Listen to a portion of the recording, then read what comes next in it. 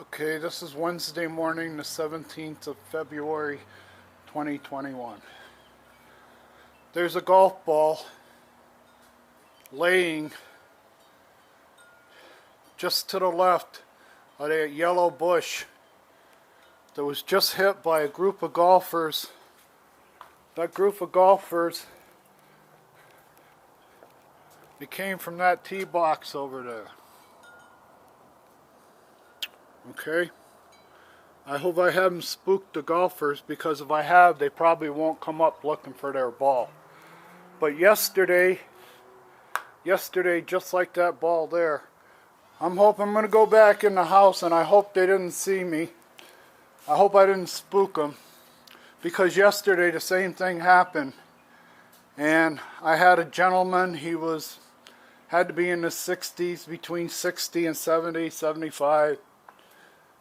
Well dressed, reeking of Midwest, okay, white Midwest, white privilege, white stupidity.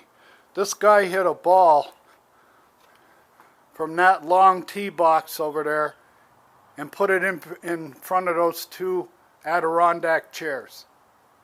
It was a yellow ball, bright yellow luminescent ball. He hit it from the gold tees. Today they're the black. Yesterday they were gold. Okay, I'm going to see if this guy walks up here, and we'll both witness it together. Yesterday, the man stopped his cart on the cart path just beyond those swing, and walked right up to my property line while I was working out here. And he walked up to my property line, wondering where his golf ball was. And he actually greeted me. He came right up to the property line, right there where that red chair is, that red Adirondack chair. Here he comes. No, maybe somebody else, but one of those golfers right there just hit my house. Now I got to go check and see if I don't know where it hit. It hit on the back side of the house, on the south side. Okay.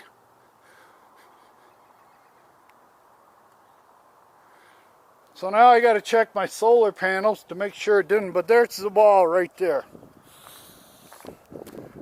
All right. I'll throw it back to these assholes. All right.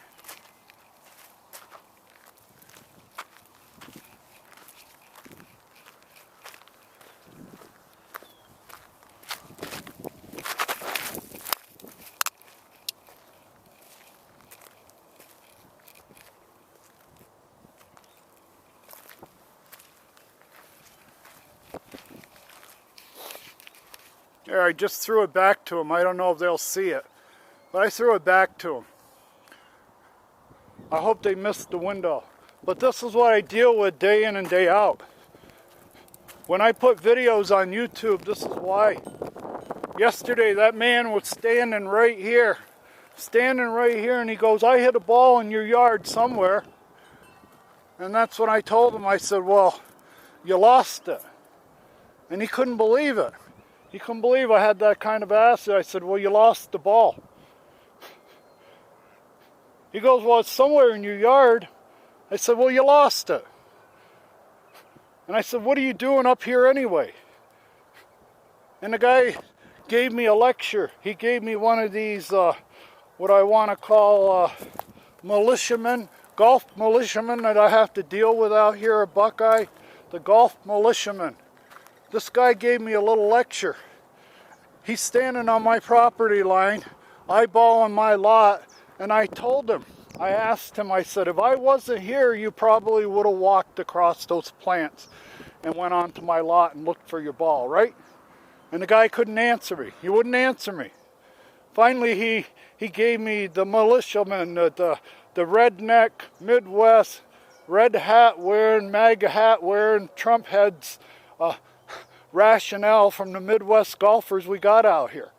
Now, he gave me a little lecture. He said, "Well, as an owner, you should understand that you live on a golf course, that you have to expect this."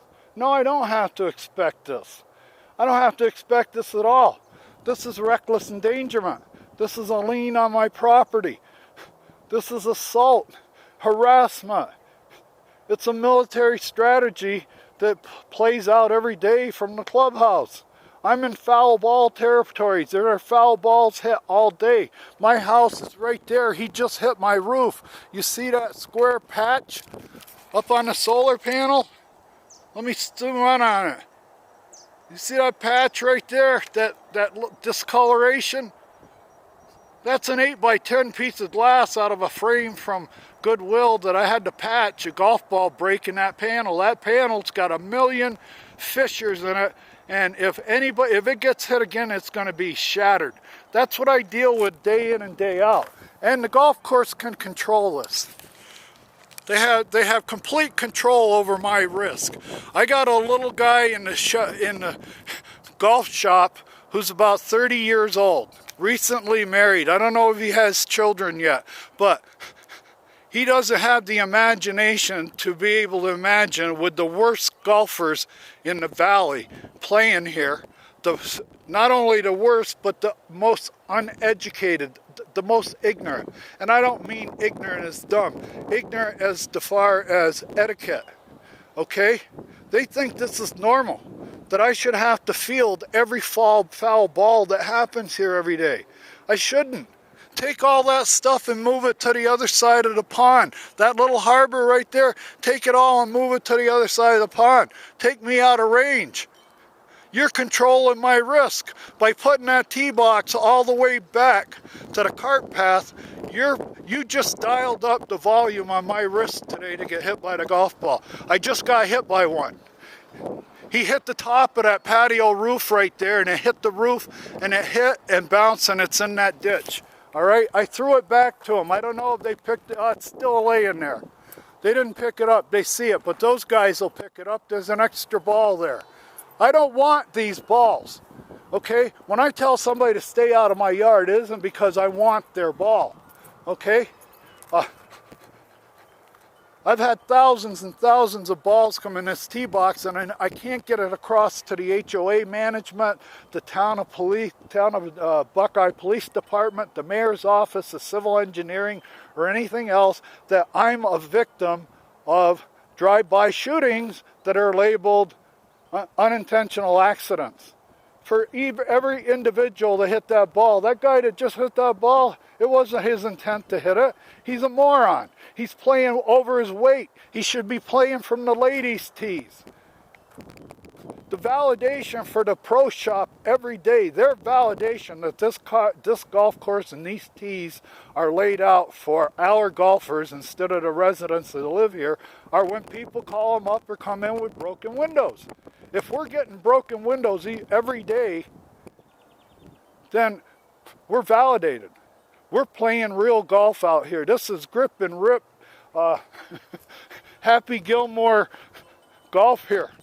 This is where a guy can get up on that black tee, never hit a golf ball in his life with his buddy. He's a gorilla. They can put him back on that championship tee with a juice ball and a juice shaft and a juice face on his club, a trampoline face, right?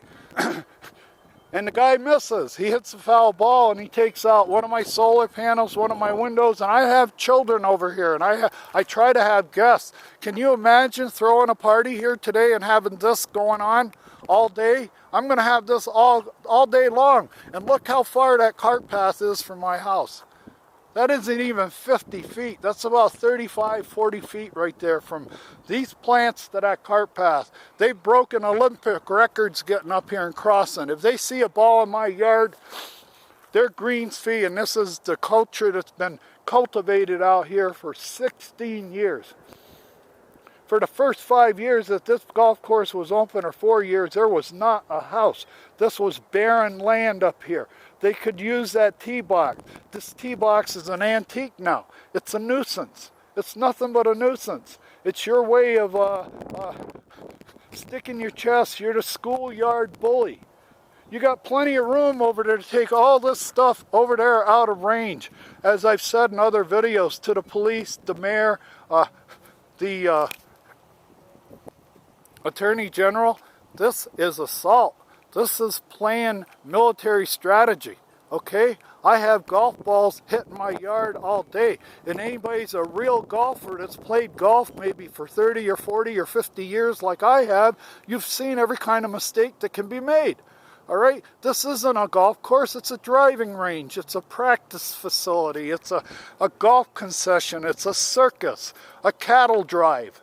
All right? Every time, the analogy is these guys are trying to, they got one steer to get around, your cowboys you got out here have one steer that they got to get around this course and keep on the green and keep on the green grass. And every time one of those steers, they lose it to the right, or they fall asleep, or they don't know what they're doing. They're giving the horse the wrong commands or whatever, and they lose the steer. If the steer comes up here, I got cowboys up here fondling my wife and children, feeling up my wife and fondling my children, walking on my property because they think the culture has been developed over the years by these Midwesterners. When these Midwesterners get here in January and February, they could have that tee up there all summer, right behind the ladies' tee, where it's safe for me. But when these Midwest morons get here, they have a revolt. It's like the Capitol. It's like people at the Capitol. They go in the pro shop and they say, we want that tee back on that corner. You put that tee back on that corner right now. So you cave in and I become handcuffed, nailed to the cross. You're burning a cross in my yard. I have to be a fielder here. Now, this yard isn't secure. It's not a secure area. All right? Because every day I've got golf balls flying in my yard. I just had one. That's what started all this spiel. I'm going to put a camera up, and all day long I'm going to put up 2 cameras now. I haven't done it because it's Big Brother. I don't like putting cameras up on the tee box, but I'm going to because it seems like today you got a group of novice that are punching over their weight. They're all punching over their weight, every one of them. They're playing a game that they don't have. And as long as they're breaking windows, you're validated that you've got the course set up right. If you set up this course as a craft, you're supposed to be craftsmen, you're supposed to be pros, you're supposed to be a pro concessionaire, a golf concessionaire. How about husbanding this place? How about husbanding some goodwill with the people that live here? I shouldn't have to put up with this. But I've been here 16 years. I've been turning the other cheek for 16 years. I've had about 5,000 golf balls come into this yard. And one of the biggest gripes with me is that multiple hits. You sold one greens fee, but you exposed me when a novice gets back there, a beginner with a pocket full of balls or a bag full of balls, and he decides to hit 4 balls from back there, and he's scattering them all over the place because he's learning the game for the first time. I have to put up with that risk. How about being professional and recognizing what I put up with? How about being a professional and recognizing this? Try to imagine. If you had a brand new car, Andy, if you went out, Andy, and bought a brand new $40,000, $50,000 car, would you park it here? Would you park it here, Andy? You wouldn't park it here. No way. No way you would. Or would you let, if you had a group of people, your family, or you threw a party for children, would you let the children play out here all day? All day. They have the lake to look at, the ducks, they're in love, they're swinging on the swing, they're sitting in the chairs, they're looking for turtles and everything else, but they have to sit here with the risk of being hit by a golf ball. Because I'm in range and down range. You've broken one of the most sacred rules of golf. One of the first things that I was taught as a little kid playing golf at 15 years old is you never get down range and in range of somebody hitting a golf ball. And here, every tee, from the ladies' tee, the silver tee, the gold tee, and the black, I'm within range. They only have to hit that ball a little bit off center, and they're in my yard with golf balls and then people. And when they come up with this Midwest attitude that my yard is like the Capitol building that they can walk in because it's a public structure, this ain't a public structure. You see those plants right there? Those plants indicate this is private property. That's golf course. This golf course is being mismanaged. They can't manage this course and make money unless they put a risk, expose me to this risk. Day after day, I have to be exposed to this type of risk, day after day. So to tell me that it's not intentional, again, for the police department and the town and the HOA, this is assault. It's a constant threat. It's reckless endangerment. It's willful ignorance. It's lack of professionalism. It's lack of wisdom. It's lack of empathy for the people, my loved ones, my property. You don't care. The golf course is more important than anything else. I own this lake when the golfers aren't playing, and that's what gets everybody. He owns that lake when they're not playing golf. That's his lake. There's nobody goes by, but he isn't going to own it during the day. We're going to own it. See them white stakes right there? Those white stakes are out of bounds. I'm probably one of the only golf courses, one of the only properties, lots on the whole 18 holes that they've got my lot identified as out of bounds. Do you see it anywhere? You won't see any of these white stakes all the way to Sundance Parkway. If you look, Sundance Parkway's down there, and you look at those white stakes, they identify my lot to the golfers as out of bounds. Everybody knows I can grip and rip. I can play Happy Gilmore from back there and hit 5 or 6 balls, and if I put 2 or 3 in his yard, I have a patio pass to walk in his yard. That's the way they play it. That's tribal knowledge out here in Buckeye at Sundance. This is what I put up with day in and day out. All you people that are out in YouTube land thinking about buying a house on a golf course, let me remind you, the golf course and the management and the people who run it are a 900-pound gorilla. The HOA sends people by my house in the golf cart every 2 weeks to assess what my house looks like, and they're looking for violations. From the golf course side. I not only get it from the street side, I get it from the golf course side. Now, we had something here that is unprofessional. It's reckless. It's unsafe. It's a penalty. It's a lien on this lot.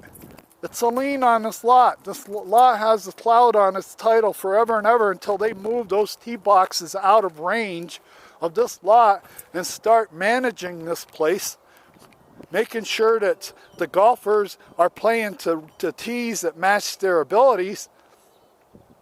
Like I said, unless you're breaking windows, you're not happy. All right? And I know one thing. I'm going to tell you, about a month ago, about 16 golf carts showed up with about 20 golfers, all drunk on a Friday afternoon. It was a mass, what do they call it, mass, where they were all spreading germs. None of them had masks. They were all drunk. And I had some guy down there call up to me. I was standing here. I didn't have a camera in my hand, and I did. I wish I did. I wish it would have been like today, because I would have picked it up. Another thing that I have to deal with when the kids are here is the fallout of profanity. These young golfers, old golfers or whatever, when they make a shot and they miss, it's always an expletive. And that night there was about 20 expletives. These guys were just having fun out there. They gangbanged that tee, all right? And they were being derogatory to me.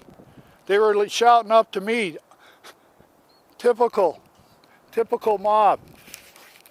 The guy's shouting up at me when he's got 19 of his friends around him and he's all drunk on alcohol, all right? This was a mass spreader event. That's the word I was looking for. You had a mass spreader event of probably a bunch of new guys that just got here from the Midwest. They're here for the next 2 or 3 months until it starts getting hot. And they had a gangbang down here on the tee. We're going to put about 20 golfers on that tee, and we're going to tie it up for about a half an hour. And that's what happened. And I took expletive after expletive after expletive of these guys that didn't like me standing here. You see these plants? I'm standing on my property right now. What I'm doing making this video is I'm standing on my property. All right? I don't go on your property. And I don't play golf here. I don't like being exploited as somebody that's out of bounds. And another thing, why do you need all this dirt up here? You need it because you got Happy Gilmores on every tee. You haven't got one golfer that cares about scoring. These young guys, when they start playing golf, the only satisfaction they want when they get back to the clubhouse was that I hit the longest drive all day. All day long I had the longest drive. They couldn't sink a 2-putt putt. They couldn't hit a ball from 50 feet away with a 7-iron and skirt it onto the green and get it next to the pin. They couldn't hit a chip shot. They couldn't hit a pitch shot. They have no skills around the green. They have no etiquette. And when they hit a ball in my yard, they think they can walk in my yard because for 16 years, all the golfers out here could walk in anybody's yard. All right? That culture hasn't changed, and until these tee boxes are updated, this is an anachronism. An anachronism means out of place and out of time. This would be like putting a Civil War movie and the guys have got M16s. All right? Shooting M16s in a Civil War movie. Out of place, out of time. 16 years ago, those tee boxes were completely harmless to all these lots and houses up here. Okay? Completely harmless. Same as the 5th tee box. It's over there on the right side. All it has is right people. Most people are right-handed. Most people miss right when they miss. And whenever you have a strong, cold morning wind in February or March, you've got guys back on the 5th tee that all they need is a little bit of wind to turn that little fade they have into a wicked slice. Now, I'm dealing with this day in and day out, and these golfers don't like it. When they see me standing up with a camera, I get nothing but bullshit from them. But I don't care. I'm getting it all day. I got people walking on these properties all day. I just mailed $2,400 in taxes for this house, these 2 houses for 6 months. $2,400. And every 3 months, each house is $285 to the dues. Now, with all that money I'm putting down, I should get a little police protection from being assaulted every day by golf balls and golfers walking on my yard, getting a free pass from the golf course. And the golf course has a reciprocity agreement with the city government. They take a little bit out of the till and they donate it to whoever's the mayor. All right, to their favorite charity. I'm not that big. I can't play that game. Okay. I've never missed a payment, but I've never been late on anything here. Taxes, dues, anything else. But my big problem with the HOA is I don't like that tee box there. They closed our drainage. We don't have drainage. We have a wetlands up here instead of a drain. I don't have my access easement. When I bought that house, the day I bought this house, there wasn't one house up here. This was completely one vacant lot. That's why I say the tee box was harmless then. Now it's a nuisance. That tee box is a nuisance for everybody that lives up here. That guy right there was an old guy. He was middle-aged. He was one of your classic Midwestern retirees out here for the 3 months and probably hasn't hit a golf ball. He got here last week. His game's a little rusty, and he's playing over his head. All right? All these people are playing over their head, punching over their weight. And when I see 4 young men that are all over 6 foot tall, and you can tell from here that they're 200 pounds, and they're swinging for the fence. These are designated hitters. These are 22, 23, 24-year-old designated hitters that when you get them down, when they finally hit the 3rd or 4th ball and it lands in a safe area and they start playing it, whether it's right next to the green or not, it's 5 shots to get it in the hole. 5 or 6 shots to get it in a hole. Why? Because they don't know the game. It's like baseball. You got to know how to take a lead off a base. You got to know how to lay down a bunt. You got to know how to field a grounder. You got to know how to field a flyer. When you're a designated hitter, you don't have to worry about that. If your goal all day is just to be the longest driver, and I swear that's all these guys care about, they want to be Happy Gilmores, they want to drive it farther than anybody else all day long. What'd you shoot? Well, I quit counting. When did you quit counting? By the third hole. Well, what'd you think you had by the third hole? Let's see, I had like an 8 or 9 on the first, and then, well, I was probably about 25 or 28 by the third hole, at the end of the third hole. Yeah, that's why these guys, but I was the longest driver all day. I hit it I outdrove everybody. What'd everybody else shoot? What? One guy shot in the 70s, one shot in the 80s, I guess, but, well, what do you think you would have shot? 125, 130? You hit 2 or 3 balls off every tee. Plus you walked in 5 or 6 yards. How do you know a Sundance groomed golfer, somebody that's been playing Sundance all their life, that grew up on Sundance, trained on Sundance, only golf culture they know is Sundance? You know what? How do you tell they're a Sundance golfer? They're the first person who will punch over their weight, grip and rip, hit 2 or 3 balls, and when they hit the 4th ball in somebody's yard, they'll walk in that person's yard like they own it. That's Sundance, Buckeye, Arizona golf. We're on the fringe out here. We're pioneers. This is Planet of the Apes. For anybody to day in, day out, after all the requests I've made and everything like that to those people, to stop putting those tee boxes next to my house, I'm getting nowhere.